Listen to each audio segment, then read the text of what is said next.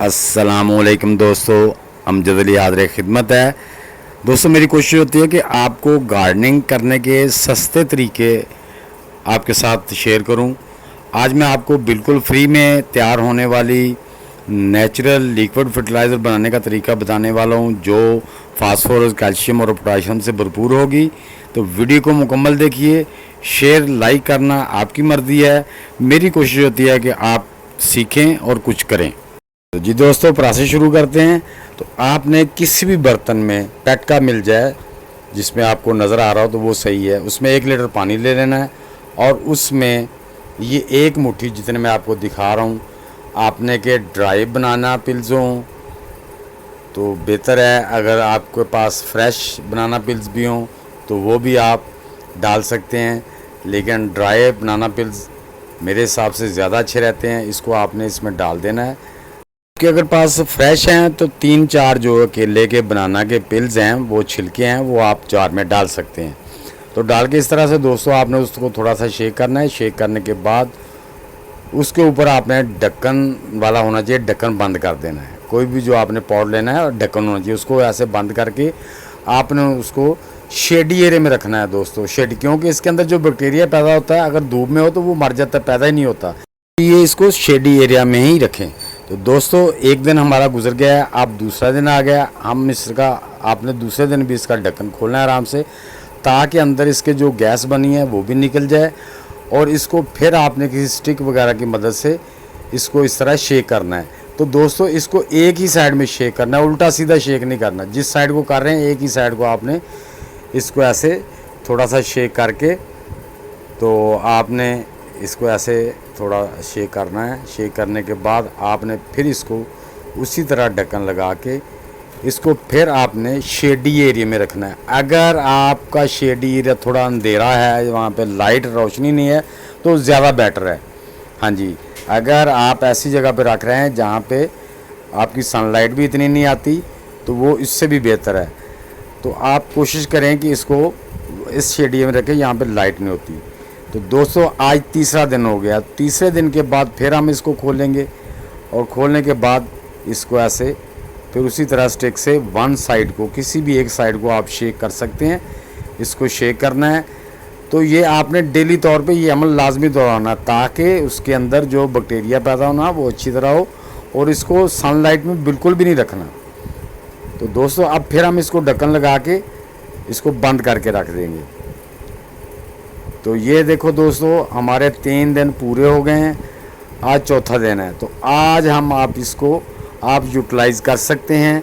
लेकिन अगर आप इसको 8 से 10 दिन के लिए रख दें तो ये और भी ज़्यादा बेहतर फर्टिलाइज़र बन जाती है। लेकिन अब हम इसको इस्तेमाल कर सकते हैं। ये देखें, मैंने 1 लीटर पानी ले लिया है। ये सादा पानी एक जार में ले लिया है, सादा सिंपल पानी जो होता है, जो हम अपने गार्डन को देते हैं।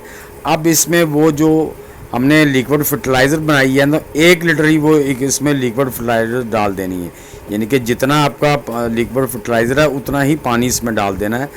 ये देखें, ये हमारी लिक्विड फर्टिलाइज़र जो थी उसको हमने सादा 1 लीटर पानी में डाल के 1 लीटर लिक्विड फर्टिलाइज़र डाल दी है। या आप 1 गिलास किसी पौधे को देना चाहते हैं तो उसमें 1 गिलास पानी में 1 गिलास ही मिला लें, या आधा गिलास में आधा गिलास लिक्विड फर्टिलाइज़र का मिला लें। इस तरह आप उसको मेजर कर सकते हैं। तो दोस्तों, अब ये हमारी फर्टिलाइज़र पौधों को देने के लिए बिल्कुल तैयार है। आप इसे फूलों वाले पौधों को दें, उस पर बड़े फूल आएंगे। अगर आप फल वाले पौधे हैं तो उनको भी दें, वो बहुत अच्छी तरह से ग्रोथ करेंगे, उन पर बहुत अच्छा फ्रूट आएगा। क्यों कि इसमें फास्फोरस, कैल्शियम, पोटाशियम और मैग्नीशियम की मिकदार बहुत ज़्यादा होती है। तो ये हमारे पौधों के लिए बहुत बेहतर है। तो दोस्तों, ये मेरे डेकोरेशन के पौधे भी हैं, और ये जो मिट्टी का गमला है इसमें मेरे वो टमाटर की पनीरी लगी हुई जो मैंने अगस्त के महीने में उगाई है। तो ये देखें दोस्तों, आज 6 तारीख हो गई अगस्त की। ये देखें मेरी पनीरी माशाल्लाह कितनी अच्छी हो गई है। तो ये दोस्तों फर्टिलाइज़र आप देख सकते हैं, इसका कलर कुछ इस तरह आ जाएगा जी। इसका ये कलर कुछ इस तरह आ जाएगा। जब आपके जार में होगी तो इसका डार्क कलर आएगा। अगर आप 8-10 दिन तक इसको स्टोर कर रखेंगे इस तरह, तो इसका जो है ना वो ब्लैक कलर में आ जाएगा। तो ये देखें दोस्तों, मैंने अपने टमाटर के पौधों को 1 गिलास दे दिया। अपने हर पॉट में 1 गिलास दे सकते हैं। इसी तरह मेरा ये कलांचू का पौधा है जिसे पत्थर चाट भी कहते हैं, इसको मैंने दे दिया है। ये दूसरा मेरा डेकोरेशन वाला पौधा है, इसको भी हम 1 गिलास दे देंगे। तो दोस्तों अगर आपका गमला बड़ा है तो आप 2 गिलास भी दे सकते हैं। तो ये फर्टिलाइज़र जो ऑर्गेनिक फर्टिलाइज़र होती हैं, कोशिश करनी चाहिए कि इसको मुनासिब तरीके से दें, लेकिन अगर किसी वक्त में ये ज़्यादा डाल भी जाए तो इससे कोई नुकसान नहीं होता, इसलिए आप बिल्कुल परेशान ना, इससे कोई भी नुकसान नहीं होता। तो आप इस तरह से अपने जितने भी पौधे हैं उन पे अप्लाई करें, ख़ासकर फूलों वाले और जो फल वाले पौधे होते हैं हमारे, मसलन मिर्च हो गई,